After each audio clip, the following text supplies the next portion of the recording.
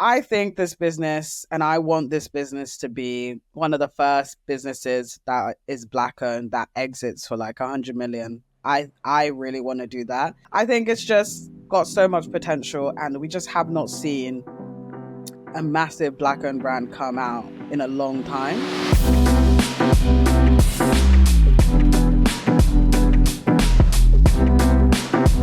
Hi, my name is Max. Welcome back to the Black Income Creators Podcast. Today I'm with Ama, owner of We Are Plantmade. Ama, do you want to introduce yourself? Yes. Hi, my name is Ama. I'm the founder of Plantmade. Started Plantmade 4 years ago, and now we're one of the fastest growing businesses in the UK. And what is Plantmade, for those that don't know? Plantmade is a wellness brand. We think of ourselves as kind of beauty and wellness and right bang in the middle of it to help people with their concerns through plant power. So that's basically what we do. Yeah, so I disclaimer, I do use Plantmade. Oh, So yes. So I'm just going to talk through what my favorite ones are. So I like liquid gold for the okay. So I'm into that. And also I never know names because I know you've got all these fancy names like drizzle, rain, whatever. I think it's rain, the green bar for washing. Yes. So that's my favorite. So, and I'll be honest. So I use rain, and I've seen less hair coming out using rain. You know what I mean? So that's like my go-to thing. If I have to like do an order, I always do rain. But I've got all my products here, so I've got like literally all of them. So I have like the queen, and I also gave it to like my ex as well. So I was like, he had a beard, and he was struggling, and I was like, here. Oh, that's awesome. Thank you so much. So yeah, so we do use it, and I know that there was something with the name. I read something that you had a problem with the name at some point, didn't you? So you kind of had to tweak it. Yeah. So do you want to explain a little bit about that? Definitely, yes. So our first 12 months of business, we had just hit 1 million in revenue, and we were like absolutely ecstatic. And I thought, okay, I think this could be a serious business. So let's get it trademarked. Got it trademarked, and thing is, when I was trademarking it, I saw that someone had planted, which was the old name, but what I didn't see was that the business was active. So I was like, oh, if the business isn't active, I assume that this person no longer owns the trademark. Funnily enough, they still did for just one more year. So that triggered an alert to them, and they saw what we were doing, and they were like, absolutely not, shut it down. So they tried to like try and get some money off of us and things like that, or wanted us to completely shut down. But basically, we were able to go through legal and agree that if we just rebranded and changed our name, then we'd be able to go through and continue trading. So we had to shut down for 2 months, like halt no revenue in the business for 2 months straight, which was insane, to recoup. Well, no, actually, we didn't really recoup because we had to spend, I think, around 100 to 150,000 pounds to draw back all the stock that we had, rebrand it, then get it back out to market. And we lost a lot of momentum. Someone was like, Plantmade, like that's such an amazing name. And I said, thanks. Like by force I had to come up with it. And fun fact, I actually came up with it in court. Now you might be wondering, court, what are you talking about? So whilst we were going through the cease and desist and everything and the shutdown, I had jury duty. I couldn't get out of it. So I was forced to go 2 whole weeks to jury duty whilst my business is crumbling. And I was just like, wow, how is this happening? So in between court, I was just sat waiting for like court to start again. And I came up with Plantmade, and I literally texted it to my fiance. I was like, does this work? Like, is this too on the nose? Like Plantmade, is it too? And he was like, I don't know, let's sleep on it. And yeah, that's why it's Plantmade. So that was definitely one of the most biggest challenges that we've ever had to deal with, especially since like I was a baby in business. I didn't know anything. But also, it's interesting, isn't it? Because it's like when you get that trademark trigger, what it's meant to do is, like you say, it's opening up a discussion around, okay, what can we do here? And like you said, they had the trademark for another year. Were they actually in a similar type of business, or was it quite different? So yes, they were actually in a skincare business, and so I understand. I understand why we had to trademark. Yeah, that we had to rebrand because yeah, if it could easily be could easily be confused. And that's just the thing about the trademark. Because if, let's say, we were food business, no one would ever think a food business would potentially be the same as a skincare brand. But hair and skin is just too close. So yeah, we had to part ways with the name. Oh. Who came up with the name? I did. Okay, then. And so, at the time when you came up with the name, did you do the whole kind of checking it everywhere, blah blah blah? This time around, I definitely did that because I didn't want to go through it again. Oh my goodness. We just made sure that we checked. So yeah, we have plant made in the US, UK, and EU. So we have Mm. all of that covered. God, that must have been scary. Because I think when you get those kind of cease and desist type letters in any kind of, you know what I mean? It's like, it's frightening. And then once you have to go down a legal route, because most people haven't used lawyers in business unless you've acquired a business, Mhm. it's like, yeah. And you just don't know how much that bill's going to be, that lawyer bill's going to be at Oh the my end. God. So, It was like, I think it was like 20 grand. And it's funny oh. because it's just like, you're just sending emails back and forth, you know? That's, And the thing is, that's, I'm going through something at the moment, and it's like you get it, and then they break down what it is, and they're like emails, £200, and I was like, you literally wrote a line. How is this two hundred I just don't pounds? You know. understand. But I mean, I'm like, I'm all here for it. Get your bag. I just hope I never have to fund your life again. That was their conservatory or whatever it is that they built that year. They were like, "Thank you, Anna." Literally, literally, someone got a yacht, someone got, a business class flight off of that. Fair enough. Something, yeah.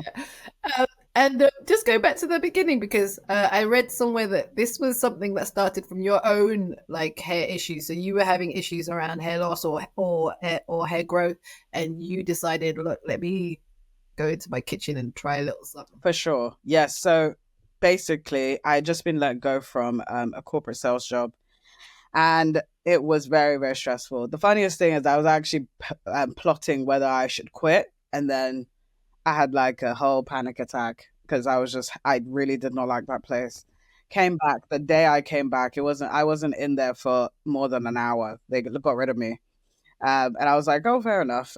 Yeah, the circumstances were really, really crazy. Like, I do not think that that was ethical in the slightest way, because that was also the first time I'd ever heard that I had like performance issues. I'd never had anything since. So but from there, I just really got stressed out from that. And then 2 weeks happened, COVID hit. So that was obviously crazy, and just seeing the surge of like the craziness of what was going on, I'm sure that also contributed to more hair falling out. But then I saw a massive surge. So whilst everyone was seeing everything that was happening with COVID, there was a massive surge of like DIY hair care, DIY skin care, people just like taking their health way more seriously. And that industry was booming. So health, wellness, beauty, these were just like skyrocketing outside of like furniture and things like that. So I was like, oh, okay, like, you know what? I've dibbled and dabbled into looking at hair remedies here and there, but let me actually, since I have the time, let me just sit down and figure this thing out. And that's what I did. I literally looked into research papers, and I was seeing, okay, like what naturally is science backed to help your hair grow. But then also, I live off the land. We're people of the culture. Like, we already have remedies that we've been using for centuries and thousands of years. So it was just kind of like a mix of the two, kind of putting these herbal remedies with these natural proven ingredients together. And I was documenting it on my Instagram just to be like, hey, I had the time. And then people were responding to it like, oh, I can actually see a difference in your hair, as I kept on posting my results day after day after day. And then someone was just like, okay, what is this? Because I really need help. So I sent them all the ingredients and everything that they should do. And they were like, no, I can't be bothered. Just make it for me. And I was like, wow, okay. Anyone else want me to make it for them? Because I mean, I might as well. If I'm going to make a batch, let me make a batch. And then I got 100 messages. And I was so confused because I was like, did I just accidentally start a business? Like, what did I do? I sold through those. I think I first sold the first 50 at £10, which was criminal. I should have never done. But again, like I didn't know nothing about physical business because I'd always been like a marketer. I'd always be doing digital services, so I'd never sold physical products. So I don't know anything about margins or anything like that. There you go, guys. It should pay for itself, and it did. And then I sold the next 50 bottles for £15 because I got a bit smarter. And then yeah, I was able to make like £1,000 in 10 days selling those 100 bottles. And I was like, oh, I think I have a business. Let me make this into a business. And I will say, I did see a girl. She's now since closed her business, but there was a girl called Marie. She had a handmade skincare business out in the UK, in the US, and she had just made 1 million in 8 minutes online. Like it was, I still remember seeing that in real time. And I was like, what? I said, oh my goodness, I feel like this is a sign. Let me just go for it. So I decided to make it a real thing. Obviously, the name was planted, but I decided to brand it, name that random thing that I made that was helping my hair grow inches, named that inches, made more of a product line. And from there, June 2020, we just started the business and kept on growing since. Wow. Why did she close the business? That stuck with me. It's like if she was making that much money. I don't know. I feel like she fell out of love with it. She there was a lot of issues. Like she had a lot of demand issues and things like that. And um, I just yeah, she literally just recently, I think as of last month, she made a post like, "This is it, like last sale ever." And yeah, it's sad because I think a lot of entrepreneurs came from seeing her journey, but at the same time, like if you're not in love with it, and business is too hard to not be in love with what you're doing, so I completely understand why she stepped away. So I'm glad. I wish her the best, but yeah, she really, really motivated me and so many others to start. That's good. And how did you finance those early days? Because obviously you just lost the job. You know what I mean? You didn't even get furlough. Oh, I Like, you didn't get furlough. Oh, got nothing. oh my gosh. That hurt. That hurt. Me not getting furlough hurt. Everyone was like, yeah, we're not even working, we're getting paid. Yeah. And I'm like, I'm not working, I'm not getting paid. Yeah, it was brutal. It's brutal. So how did you finance that? I mean, obviously, like you say, you put your prices up pretty quickly, but still, it's like self financing is. Yeah, to this day, we've still financed it ourselves with the credit line here and I think a loan there. We've not got any external Mm. institutional funding, and it's been difficult. And in the early days, I just reinvested every penny. I literally started out with £100.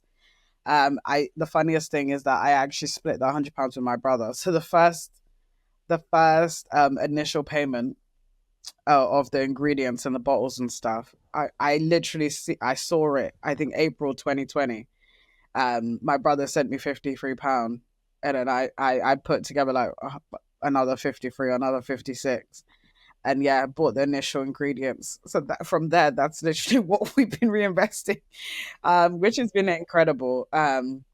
But like beauty is high margin, but also that there's very laborious too. So it wasn't easy to make that money. Like we really had to push the product, but yeah, we were able to get great value from the products, and just having to really shift it. I think a lot of people sit on inventory for a while, whereas what we did was I dropped the products. So I almost acted like a clothing brand.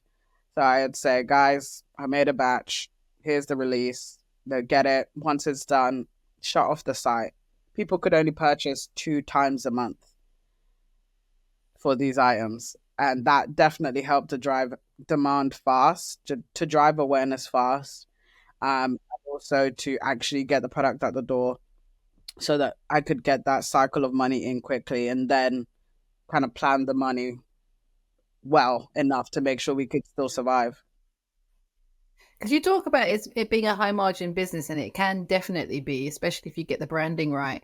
But it's also quite a saturated market, especially in like the black space, like Afro hair, natural hair. So to be standing out in that space is quite difficult. Yes. So I think what I noticed, so before I really decided to make this into a business, I had to look into the market. And I looked into the market and I saw that number one, there was a lot of Afro hair brands, and that had always existed. Obviously, the champions would be like your Shea Moistures, your Cantus, things like that. cheaper on the price point, but in terms of like quality and also efficacy wise, was it really solving any problem? So was it just like, oh, I'm just using this to style my hair, oh, I'm just using this to wash my hair? Like, I had hair loss and I was still using those products and they just weren't doing anything for me. So I was like, well, do they have that problem in mind when they've made these products? I don't know. I can't confirm or deny. So let me just figure this my own thing out. And I think we started straight away addressing concerns. Like, if you have this problem, you can clearly see through my testimony and also through a lot of customers, because that initial 100, and I'm so grateful that I did it, that initial 100, I was able to get before and after pictures and testimonials from them very quickly. And from there, that was the initial materials I used for the initial marketing that we did. So what I realized is, yeah, so people were just having shinier hair, or this is great for styling, but hair loss, hair regrowth, hair repair, that wasn't drilled in enough in that category.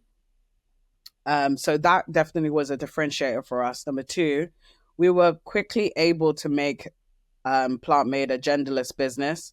We have 40% men buying from us and 60% women buying from us. And that has stood to the test of time. There's been very few brands to be able to achieve those. And one thing about men is that they're very loyal. Once they find something that works for them, they aren't leaving. Obviously, women like repeat more, but men are loyal. So like, there's a lot of brands that are trying to expand to kind of get men into the ecosystem now, but we've always had men. And then I think the third thing would definitely be just, yeah, our branding. Just instead of it being a hair oil, it's inches. Instead of it being drizzle, hydrate mist, it's drizzle. It's something to buy into. And I purposely did that because I remember always thinking about why I love Apple so much. And they simply just have the same products as so many other brands, and they've just created their own ecosystem, and almost like they've created their own world. The iMac, iPad, the iPhone, just you're not just gonna call this, oh, it's another phone or it's a G7, wherever. Like, it is its own thing. It's kind of like you're either for Apple or against Apple. And I wanted people to kind of maybe use plant made products as a sign of like for and against. So that's been super helpful in being transparent in kind of like the ingredients that we're using and the position that we have in the market.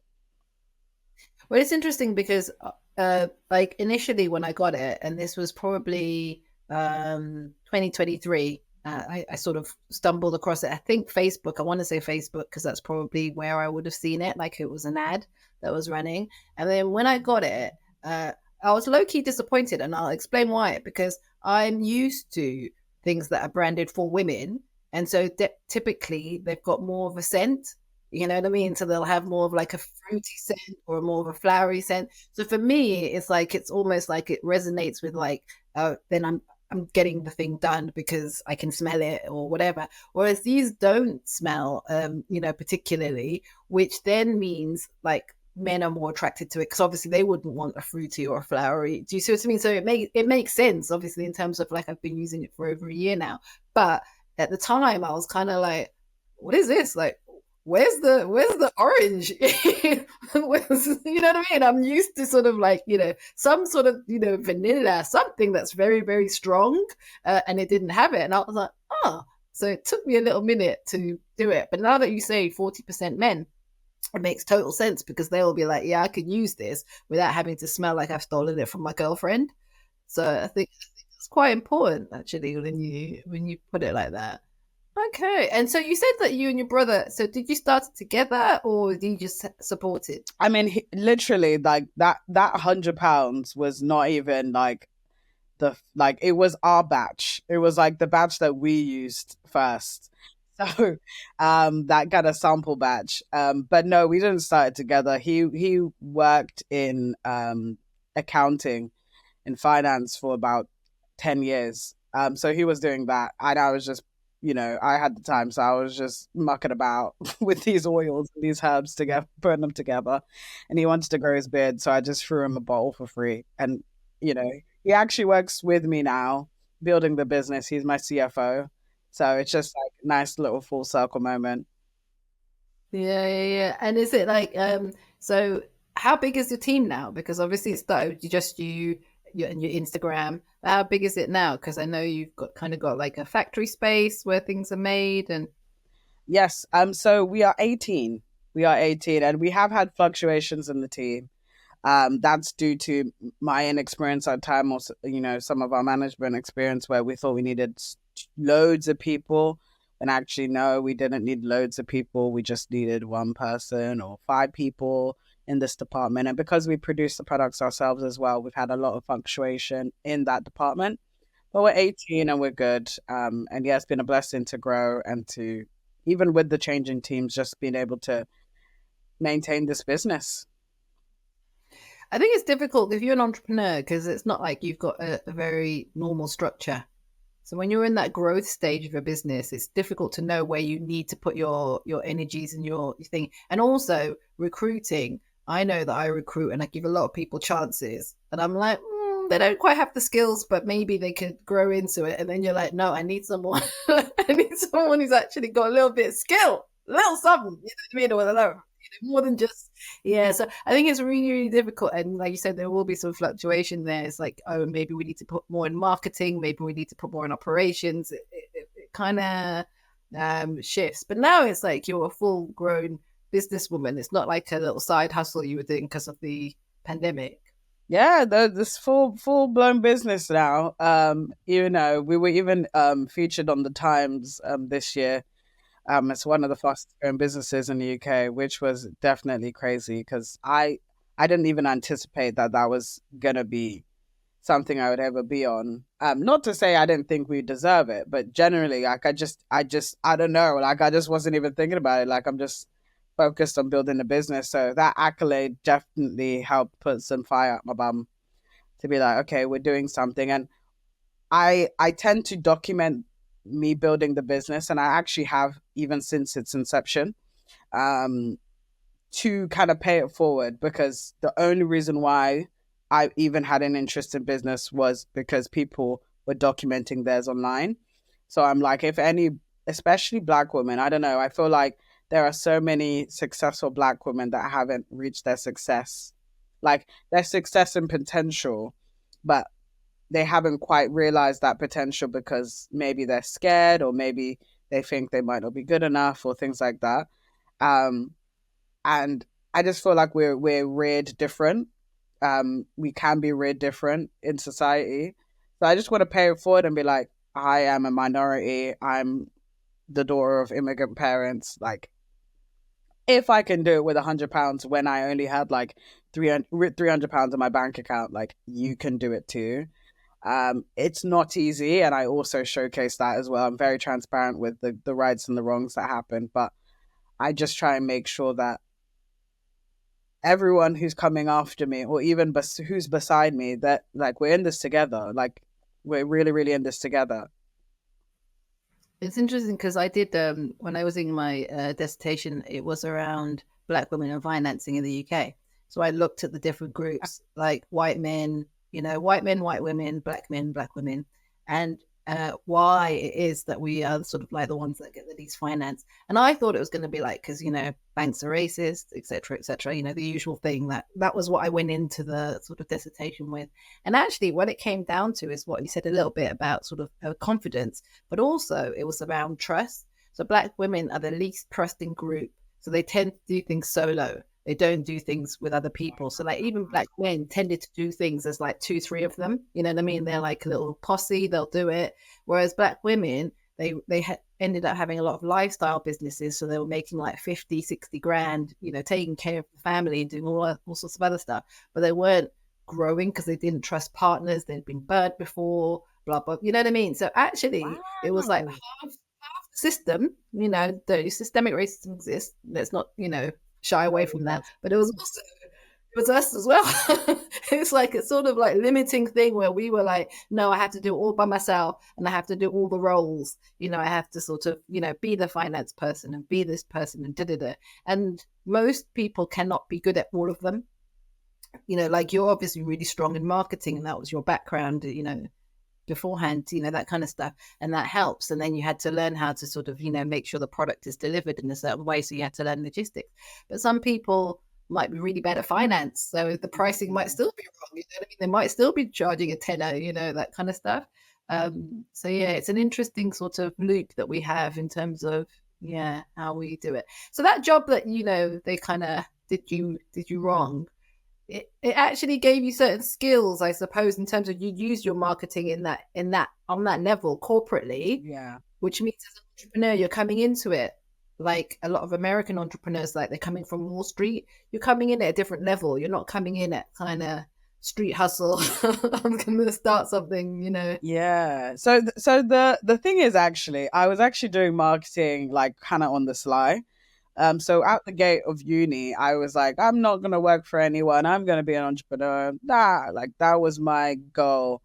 And I spent basically a year and a half in and out of contracts, marketing contracts. So I had a contract, funny enough, because I studied psychology at uni, and I already knew I wasn't going to pursue that. I couldn't. I don't know if I could hear that many emotional stories every single day and be okay. I was just like, I'm an empath. I don't think it can work. I love you guys, but like, I'm gonna try and help people in a different way. Like, I just was like, yeah, I know myself, it's not gonna work. And then then I fell in love with business and I fell in love with marketing because I definitely saw marketing as the psychology of business. So I really like was drawn to it. Um, but the thing is, I was doing it on the side and it wasn't really working out. And then my mom was like, Amma, please, like, let's be guided, get a job. Like, you can't be sat here any longer, And I was like a maid in between some of these contracts. Like, I was, I used to turn over beds. Like, I used to do hospitality work. Like, I used to work in a warehouse packing. I actually used to work at Waitrose warehouse for some time. So I've done a lot of jobs in my lifetime. Like I've grinded for my pennies. And then I landed the sales job. So it was a recruitment role. So I was recruiting for a specific industry contractors. And yeah, I did that for 6 months. And the requirements were that you had to make at least 100 calls or have be on the phone for 3 hours. 100 calls or 3 hours on the phone. And I'm telling you, it was absolutely brutal. There was a leaderboard. You could see everyone's numbers on every single day, every time, like all day long. You could see everyone where they're ranking, this and that. Like it was very like it wasn't like super high pressured because it could have been worse. Like I know it could have been way more toxic than it was. Like it was just a motivating environment. That's what I'd call it. Like I But not for you. like That's all. Yeah. it was actually because even though I didn't want to be there, like I wanted to be in marketing, I wanted to market for businesses and things, but I realized, okay, what are some of the transferable skills I could build, which is why I was seeking a sales job in the first place. My thing was that they put me in a very difficult market. That was I didn't see a lot of a path to succeed. Like I think I was set up to fail, if I'm being honest. Like there were other people who like there was a guy who literally came like 2 days after me, after I started, and he was in a really easy market and he was just flourishing. And I said, I don't know, maybe it was God. I don't know. Maybe it was like, no, you can't be put in a good market because if you are, then you're gonna stay here for ages and then da, da, da. So like no. So maybe that's what it was. I don't know. But it was just hard from the beginning. It was hard from the beginning. So I felt like I was set up to fail. But what I really like learned so well was just that power of resilience, like to have hundreds of people on the phones tell you absolutely not, get off my line, rejection, no picking up, shut down on the phone. All of that. That built so much character. And you really can take a lot. Um, so when the business woes started to happen and those challenges and those difficulties started to happen, as much as it's hard, you just have to be in problem solving mode.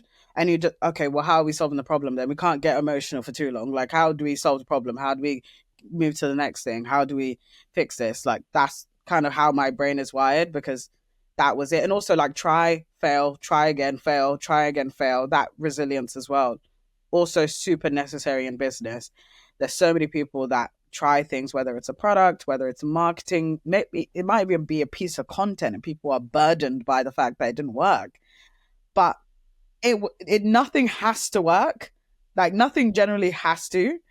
The thing will eventually, if you just be consistent and you get better over time, but nothing has to work. So I think that privilege of like, I did this and it needs to work now kind of went out my head a long time ago, because I learned very early. No, life doesn't work that way.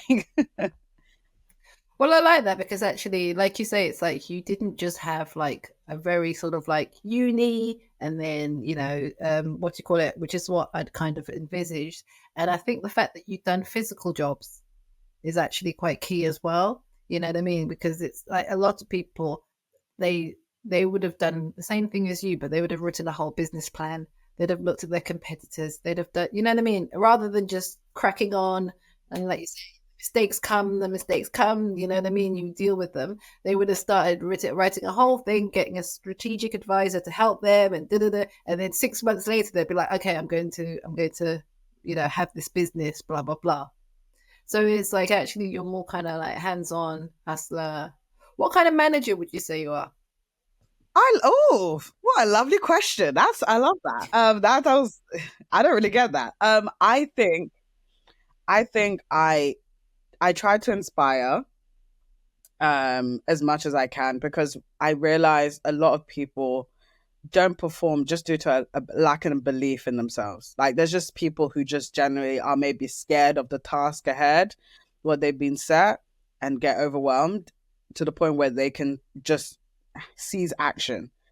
But life is not to be lived in that way, and support's always there. So I always make sure that my team members know that support is always there, it's always needed. But then I still, like, people still have independence, they still have the ability to bring new ideas together, they have independence to execute things, they have a level of authority in their roles. Like I try and, and I think maybe this was also learned from the sales job, because technically the recruitment role, you have to build your own business from scratch. They say build your own desk. So like that means build your own call list, build your own, client list, build your own whatever. Like you have to just start from scratch, and you are the one doing, you don't pass anything.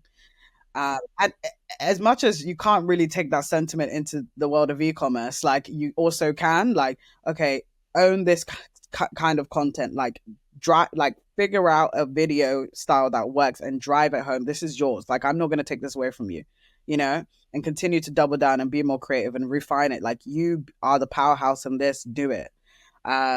Same with like kind of our website. Like I know a lot about websites, good and bad, but like you let me know what your plans are, why, prove why you think this is what you need to do.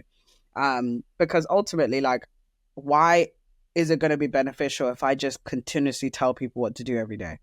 Like, no one's going to develop in that way, and no one's also going to have anything to back themselves with. Like, if you're going to come now for a promotion or something like that, like, you need something to back yourself with. And if you're just going to say, oh, well, I did what you said, then is there any level of like, no, I've actually grown in my role? So, yeah, I like to inspire, but I'm still there to make sure that there's still a level of quality there. And I think I also am someone who acts based on example. So I always want to be an example to people. I want to, and not to say that like I'm always right, or I'm always my stuff's always working. Not necessarily. That's again, life is life. Like things are gonna not work. But like even that rate of failure and transition, okay, let's get back to testing. Okay, this didn't work. Okay, let's like that. I'm always trying to inspire that as well. Like, guys, your ideas are great, but they're also not that deep, because if they don't work, now we're not gonna cry over the fact that like, oh, this didn't work. Why didn't it work? Like, okay, this didn't work. Let's move on to the next thing then. Or let's okay, well, if we tweak this, then can that work? So this is obviously something that I've learned over time. This has been a long, long journey over the last 4 years. I was not this way in the beginning, but yeah, life teaches you over time. I mean, I think the other thing is there's I can see a plus and a minus to starting in the pandemic. Obviously, deliveries were like a big thing. So suddenly everybody was using Amazon and the Royal Mail, etc. more. But getting a team to gel in a pandemic, how did you manage that? Oh, that was hard. I can't lie, that was hard because I mean, because I actually like the worst part of COVID had happened. Like we did have like I think there was one more shutdown, but you were actually able to work. You were actually able to work during that. So like basically the height of COVID, the height, it was all done in the house. So it was just me at home anyway. So we transitioned out of my house to a storage unit in January of 2021. So that was like a second thingy, but again, you could work a bit. Like the worst was done. So like there were people able to gel, like the production team, and to be fair, everyone was production at that point. There was no other roles, so everyone was gelling. And then when we started, now, okay, you need to take over the site. You now need to do R&D. You need to do finance, and then things started to get a bit because some people were working remotely, and even now, like I can see the people who work remotely. There's just like a difference than those who are in the office like 4 or 5 days a week. Like you could just feel it. Like even, quickness in communication, like how we're able to solve problems. Like I'm able to turn and be like, okay, cool, real quick, sorry, da da da. Okay, cool, and vice versa. They're able to ask me quick questions, like, or they're able to pick up on certain information, or we sometimes we just have just random chats, like we'll just go really deep into a specific topic just to like add some clarity. It wasn't planned, it wasn't in the meeting, but you just miss those things. So I think that's been the most difficult thing. Um, Growing a team in COVID and post COVID, because now there's expectation of remote teams, even remote talent to the point where you could be out the country, international talent. And I wonder, because I actually was talking to a group of entrepreneurs at different levels. Some people were even managing teams, sorry, not team size, but like revenues of like 25 million and things like that. So very good businesses. They were also still struggling with team. They were also seeing that they could tell those who were remote and who weren't in office were struggling, and they're maybe putting in an initiative to bring team members into the office as much as they could. So I think it's still a growing problem, but I think I also need to be like with the times and maybe figure out a good balance between, okay, giving people flexibility, but then also like actual performance and team morale. It's a tough one. I think hybrid working in any scenario, it's like it's difficult because some people actually do work really well remotely. Like I would say, like my best workers is in the Philippines, so I have no contact with them whatsoever, at all. But they get the job done. They're like the way they do it, I'm happy with. And the people that are closer might actually, even if I do see them, might not be the ones that are really good in the office. So it is it's a tough one to be flexible, but at the same time getting the outcomes that you want as an organization. Um, it's like you say, I think it's an ongoing conversation for another few years. I don't think anybody's quite cracked it. If they say they have, I think they're lying because it's a personality thing, and a lot of people's personalities changed in COVID. So like those that they got used to working at home and they work better at home, or other way around. Some people are like, my mental health can't deal with this much alone time. I need to be I need to be with people. It's very varied. I wanted to go back to sort of like immigrant parents. You said your parents from Ghana? They are from Ghana, yes. I'm the only Okay, one in my cool. family who wasn't born in Ghana. I Really? am. Are you the I youngest? am the youngest. The baby. Okay. All right. And so so the others are like, yeah, yeah, you're Ghana, but you're British Ghana.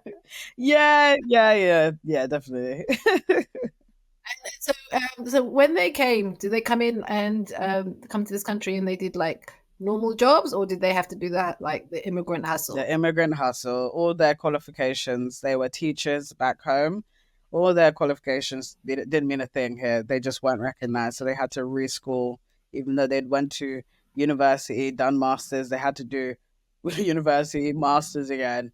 Um, Luckily for, I guess, my parents, they're very studious. So that wasn't a problem. They both went to Oxford Brookes, but they were cleaning, they did so many care jobs, odd jobs, things like that. My dad's now a mental health nurse at kind of a scary place. I don't know if you know Broadmoor.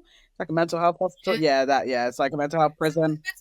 like It a mental health is prison. actually, and he works there, and I'm like, what? Are you okay? Like, So what did you say he's a psychiatric nurse? yeah, yeah. So he like deliver he he administrates a medication and things like that. PRN and Yeah, stuff like that. Yeah, it's needed. Yeah, 'cause there's a lot of forensic mental health in that space. yeah. So like I was like, wait, was I inspired by my dad to do psychology? Like I was trying to figure out where I was going with that, but like maybe I was actually. I'm not, maybe I was. I think so.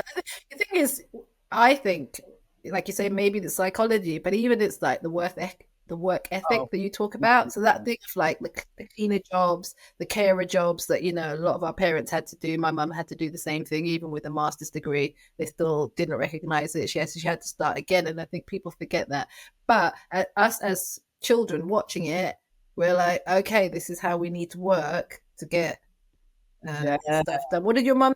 My mom, she was a teacher, but then she stopped teaching because of me. She was like, "Oh, like I need to make sure that I'm around." So she went into care. She's been doing care for a while now, but she actually helped me. She comes in like once or twice a week into Plantmade to help. And the funniest thing is, she's supposed to be retired. She retired last year, but she still comes in, and I'm like, generally, I don't like. I thought I always beef her when she's trying to come in. She's like, "Oh, I'm coming in today." I'm like, "Why? What's the?" But she just, yeah, she loves what we do. She loves the mission, and she just is happy to help in any way form. So, like, I call her my real boss. And I think it's nice. I don't know that certain parents can retire. Like my granddad was 92 and he was still working. No, 94 when he passed, and he was working and the day before he died, sort of thing. It's like, he found stuff to do within the community. This is in South Africa, but he Mm. found stuff to do in the community. They never retire. He was helping the clinic next door with their paperwork. I don't know. I think in a way, like it keeps them going. It keeps their energies at a Yeah, certain that's level. fair. That's fair. And I won't knock her. So like there'll be times where I'm like, generally, like, you've done a bit much this week, like calm down. She'll be like, fair enough, I hear it. And then there'll be times where she'll be like, no, I'm coming in. So good balance. I don't think I set out to start a family business. Like I generally don't think that was a purpose. Like some people generally are like, yes, we're doing this, but like, because even my fiance works with me as well. He was like my actual first proper hire. Really? But yeah, but he actually was a consultant for manufacturing businesses, and he has his degrees were in engineering. So like he actually, like, that's the thing. Like my brother, he had 12 years in finance. My fiance has like he actually used to consult multi-million-pound businesses on how to kind of fix their operations and perform better. So they weren't just there. I actually like, well, I think we all have complementary skill sets. Why not? That's interesting because, like, although it's a black women-led business, you've got two guys sort of quite pivotal in your structure, which is probably again why I think the products reflect that. That they're not, it's, if it was me, I think nearly everything would be pink just because I'm a pink girl. Literally, I would be that person. So, in a way, it's like I think it's, the hires, whether it was conscious or subconscious, the hires have develop the brand into Hmm, what it is that's now. fair. Into I've never thought about it like that. male friendly brand because I think most aren't. And so, where do you think you're gonna go with it? What is your thing? Are you gonna be like, I need to dominate the states? I need to take over that market. I need to get into Africa more. I mean, where are you going? So I think Africa is very interesting because it's still new, untapped potential. What I'm seeing is there's a lot of emerging markets. So a lot of people are doing business in the UAE. A lot of people are doing business in Asia. A lot of business is happening in Asia, and I'm like, ooh, I actually could potentially be going to India the end of the year. So that's gonna be. I'm just like, you know what? Yes, mind think outside the box. Everyone always looks to the US, and we already do about 35 to 40% of our revenue in the US. So we already do that. And not to say we don't want to grow it. Oh, we've barely scratched the surface with the US. Like, if we take over New York alone, that one state, that is the entire UK. Like, we could absolutely kill the business. But I think it's just about really being tactical and thinking, well, what are maybe some of the moves that are obvious that we should maybe stay away from, and some of the things that aren't so obvious that could be like unique to kind of take on. So I've always been like thinking in that way, and kind of how the business has been designed thus far has always been like where there's little gaps where we can just kind of like move into, you know? So I think this business, and I want this business to be one of the first businesses that is black owned that exits for like 100 million. I really want to do that. I think it's just got so much potential, and we just have not seen a massive black owned brand come out in a long time. And there's a few of us now that could be that. And I just think, let's go for it.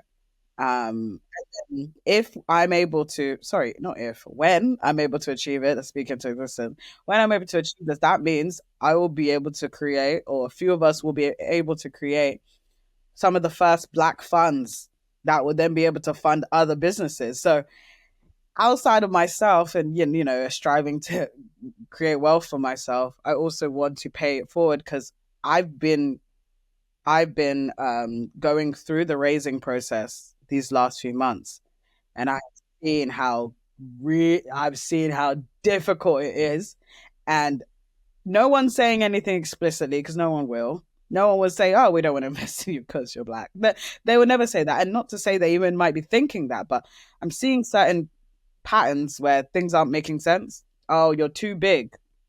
Oh, you're too big for our small fund. You're too small for our big fund. But I'm seeing other people with other revenue numbers still land financing. Okay, there's people saying, "Oh, we're doing too much because we have hair and skin," and it's like, what? There's so many other businesses that are doing that. They're saying, I'm like, I don't know what this means, but this isn't making sense to me. And this has nothing to do with black owned brands. This is just the landscape. I've seen so many brands go in and out of different synergistic categories. So I don't see the problem here. I'm also hearing, yeah, oh, I just don't know, but like, it'll come back in 4 months and we'll see how it goes. Basically, let's see how you do in 4 months, and we'll think about it. So I'm just like, this is so difficult for someone to take a chance for you. And how many people that look like me have they had conversations with? Probably not a lot. So already it's just like they're kind of labeling Plantmade as a lifestyle business and just this is cool, but like, I don't know. And the funny thing is, with our revenue numbers, I don't know how that we needed more than that, but yeah, we have to prove ourselves. So I think right now I'm just focused on, well, let's get the business to a point where it's unarguable how valuable we can be. But you know what? If you're looking at £100 million exit at some point, I mean, when that happens, I think the fact that you haven't got equity anywhere else, it's 100% owned, is one of the most valuable parts of that exit. It's really difficult to exit when, someone has 20, 30%, you know? So I know what you mean in terms around growth, and it would be nice to have like a really good injection and be like, and you blow up, and, you don't have to do, the kind of like organic grind, as it were. But in another way, I'm like, yeah, 10 years from now, if you're looking at exiting in 10 years, then you would be looking at it completely differently. So I like the fact that you're 100% owned. I think that's kind of nice. When Sheer, is it Sheer Curly Sheer or Sheer Moisturizer? I can't remember the name of the brand. Yeah, Sheer Moisture, when they kind of like sold or whatever, I can't remember what they did, or, that was disappointing to a lot of people. They were like, oh, so it's no longer, oh, you know what I mean? Because they'd bought into the story. And I think the storytelling is such an important part of why people sort of, and that's one thing I think your brand's really strong at, is the storytelling. And it's not just at the beginning when you're looking for the sale, it's like post sale, you send emails and stuff like that. So it helps. That storytelling is really kind of like, it keeps people invested in the brands. I don't know. That's just my take on it. I'm not sure about raising equity. That's fair. I think what I realized is, because the question was, is this a lifestyle business? And it's not. Because I still live at home. Like, I'm not, like, I actually am reinvesting like so much of this business back into itself. I see the potential for like, generally, like, for it to have longevity in the industry. I do. I definitely do. I still don't think someone's able to commercialize our heritage the way that we have. Like for so long, it's been out of the kitchen, like out of the kitchen, out of the kitchen. But we got out of the kitchen and grown and grown and grown. So I'm just like, I just want us to have a platform like this. So many brands that have been able to kind of champion their heritage, Japanese, Indian, Korean. Why not African? Why not some of our kind of secrets being championed in the industry? But I will say, the ultimate goal is to sell, and I had to also reconcile with this because I too was like, oh, you sell out. Or some people were saying, oh, these guys are sellouts for selling, and it's generally like, am I gonna be here forever? Like, you know, No, I don't think so. I don't think so. And I think an exit is a noble thing to have. I think it's just it's how it's done and it's part of the story, isn't it? facts. How it's And done is you do it important. differently. Yeah. Yeah, and I think you would do it differently, like I say, because even stuff like, and you can see I'm a customer, even stuff like you say to people like, don't think this is going to be like instant. Like it's going to take, some months. So don't do this thing of like you use it once and you're like, oh, why hasn't my hair all grown back? You know what I mean, etc. So I think it's that it's like you have a different relationship with the audience, etc. Maybe than they did. So that's why with theirs it just didn't land well because I think it was a bit of a surprise. Whereas I think before you were even, you'd be telling people like, oh, there's a big announcement. You know what I mean? That you're a storyteller, so there's a bit of a difference to how you would do it. I think so. It's not the exit itself. It's just we just came out Oh, of it is the how it comes. blue. No, it is because it just drops, and you're like, okay. So yeah, definitely will always. I always have like the customer at heart, and I always think about the right thing to do there. So I think, yeah, I think when that time comes, it will be a glorious day because I think it's like all that hard work paid off. But then yeah, I probably will be, in the business to some capacity, maybe, and then yeah, paying it forward for those behind me who are Yeah, ill. and what interests do you have outside of the business? Because a lot of entrepreneurs are so like they can easily spend 100 hours a week on that business. You know what I mean? So what do you do outside? What does Amma do to relax? Oh, relaxing is hard at times. There's times where I'm very good at it, and there's times when I'm not. The times when I'm best at relaxing is when I have a show. I love TV. I love TV Oh, movies. So really? I'm constantly, probably every week, I'm always at the cinema. Like I've loved film since I was 12. So I watch like all the Oscar stuff, and yeah, I just love falling in love with other people's stories. And when a film's done well, I really, really enjoy it. I also I do gym, especially this year. That's been something that's been very beneficial for my mental health, movement. Tried out a few things as well. Tried out Pilates, yeah, I think a week and a half ago. That was cool. I did some running. I literally did a running challenge where I ran 100K, run 100 kilometers over a month. That's really Yeah, good. that was crazy. I was like, how am I doing this as the first time? But yeah, it was cool to kind of push myself and do that. So yeah, like I that's definitely been a lot for me. But I also just love spending time with people. Like I love. I've definitely poured a lot more into my friendships this year because I think a lot of people just assume that because I'm a business owner, I'm busy, or like I don't have time for people, but that's not the case. Like I make so much time for my friends, but I also recognize the seasons where I need to be a little bit more um introverted, a little bit more like especially this season, like these next few months, this is like biggest time of the year for us. So like I've been there for a lot of people over the last few months, the last year, in fact. Now I need to pour into Mhm. me, pour into the business, focus, and then December, let's celebrate all that hard work paid off. And how do you navigate that thing of like, you're changing as an individual, your business is growing. How do you navigate maintaining friendships and relationships? I mean, obviously, like you said, he was higher and he's dealt with businesses much bigger, but how do you navigate that space? Yeah, it's really interesting because I think my friends have realized I have not changed. Like I have changed, but because I'm like becoming more and more of a woman every day.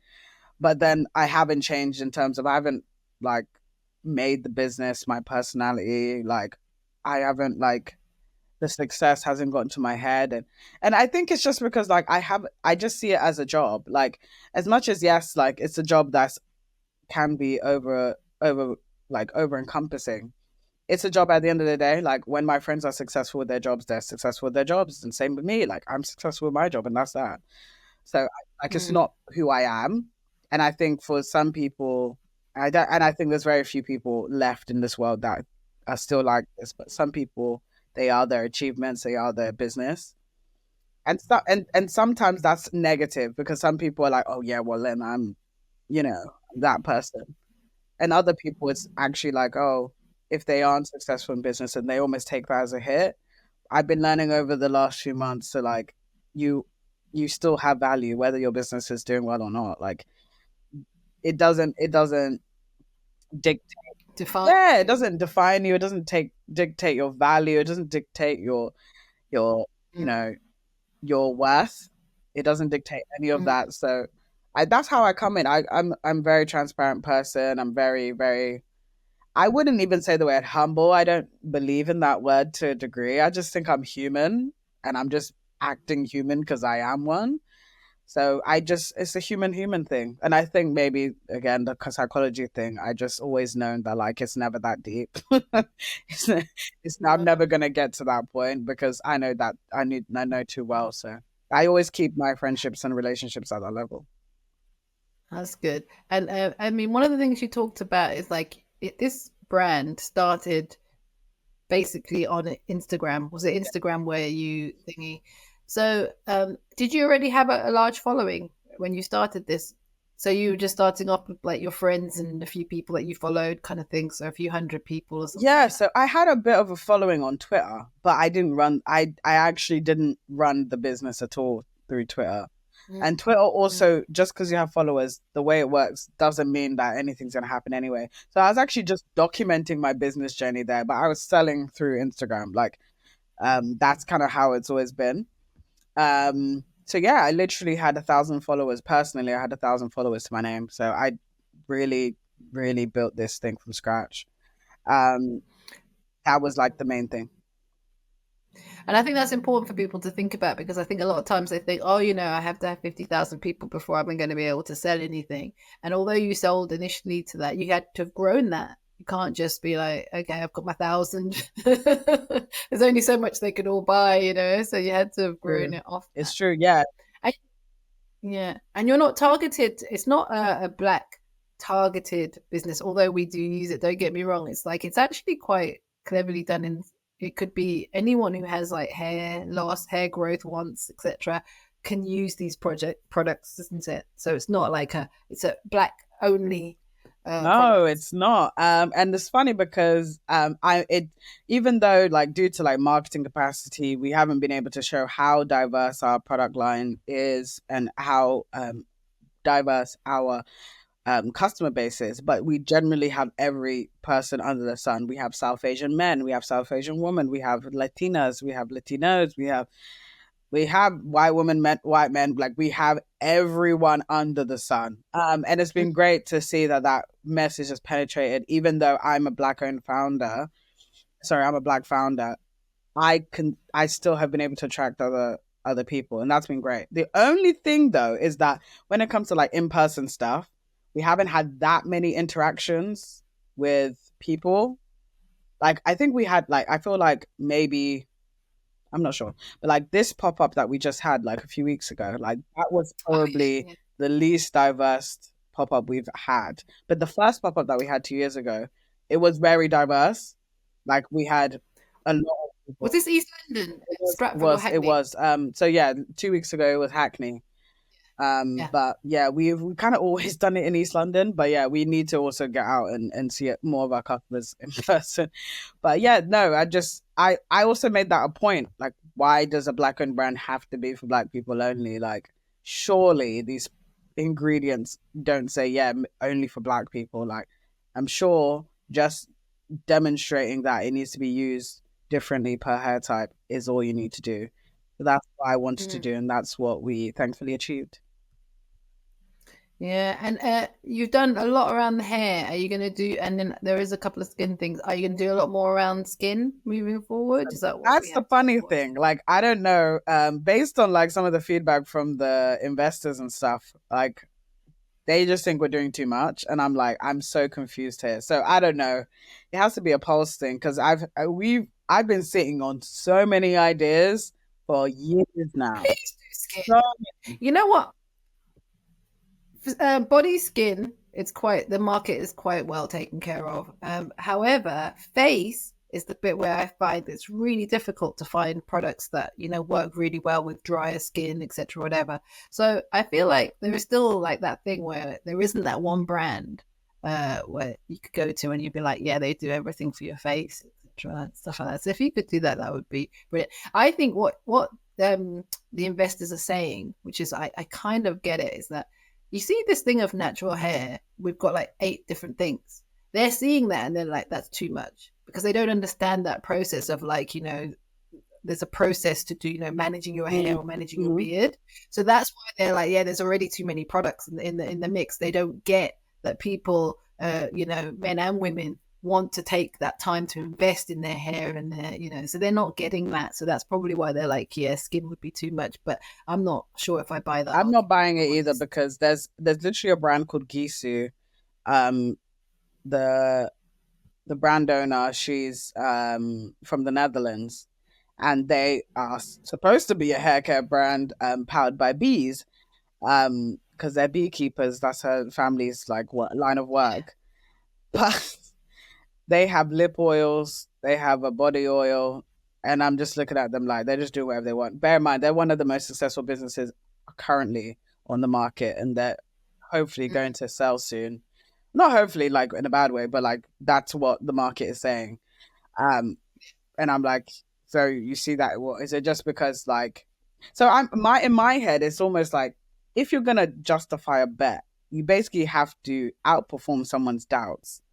But if we are gonna do something, it just has to be so successful that even though someone would have thought not to do it, the market said otherwise. And oh, it's so successful that I can't really say anything. Like, fair enough. Like it has to be one of those. That's what I'm realizing after like I've had probably 100 conversations with investors now over the last 3 months, and it's just very clear that you just have to outperform their doubts about you. Yeah, you do. And what are you thinking about in terms of retail? What do we have? Are you going to be something where I pop into my local Boots? Well, I would absolutely love to do that. I think retail is super important for our category. It's hard though. It's hard to win those contracts. You're fighting against so many people. And again, it's one of those things where you would really want them to come to you, and that's because you've done so much that yeah, like someone needs to.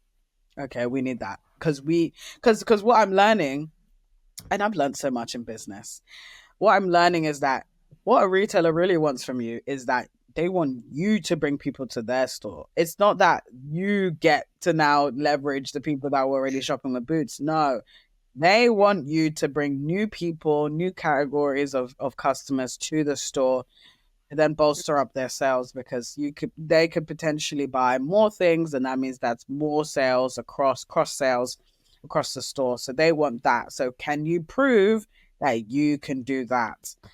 Is the question. So that's been the thing. Now, to say that that's with every single brand in retailers, absolutely not. A lot of them people have connections. People are maybe ex Boots. Some people are ex Selfridges. They're ex of these things, or they know someone, or they're investors. So one person on the board is from. You know, so I've learned so much that there's just so much behind the scenes connections that some people, when you see them succeed or you see them get an opportunity, it's because of their network. So basically, be so good, you can't be ignored. And that has just been the thing that's been drumming in my head. So I would love to. It's going to be a process, but yeah, we're looking forward to it if and when it happens. I'm sure it will happen because these things happen. I mean, it's only been 4 years. Yeah, we're still early. Like we actually are. Yeah.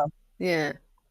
Exactly. So I think it's like sometimes we think, oh, it should be further along. No, not for this kind of business anyway. It would be rare to have gotten to this point by now For anyway. sure. So even so, I think sometimes you've got to, give yourself some grace Oh, thank around these things, and take your time.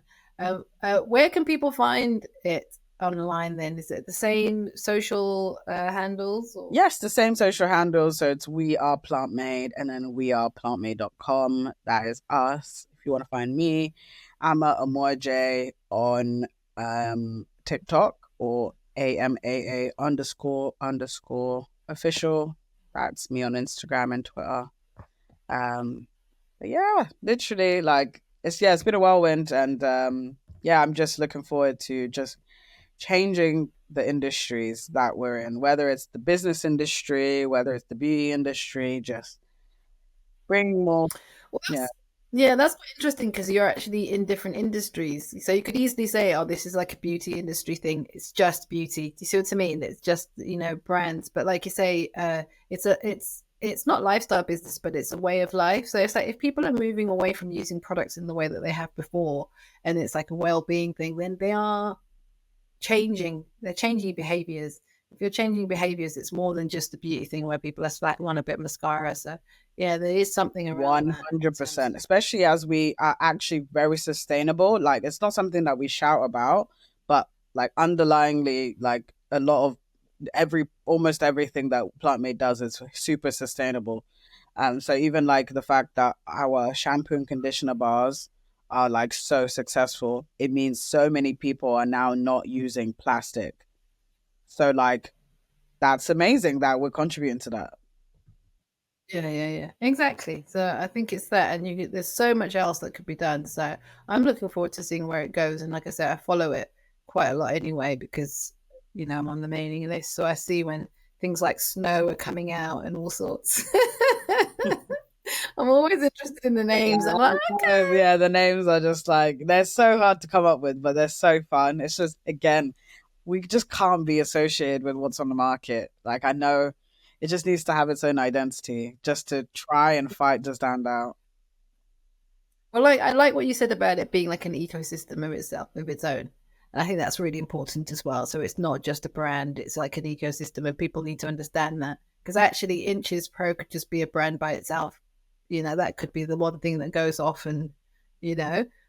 So it's interesting in terms of looking at it a bit differently. Well, thank you so much for taking the time today to speak to us. It's been, I think it's for me, it's been interesting because I've always kind of wondered a little bit about a brand that I use. So I'm always kind of like, oh, okay, well, what's the story? What's the, how did it become? And I've seen the videos, etc., but doesn't you don't always get every little bit. It's So true. it's been Oh, it's useful. amazing. It's been amazing having a conversation with yourself. Yeah, it's been a pleasure.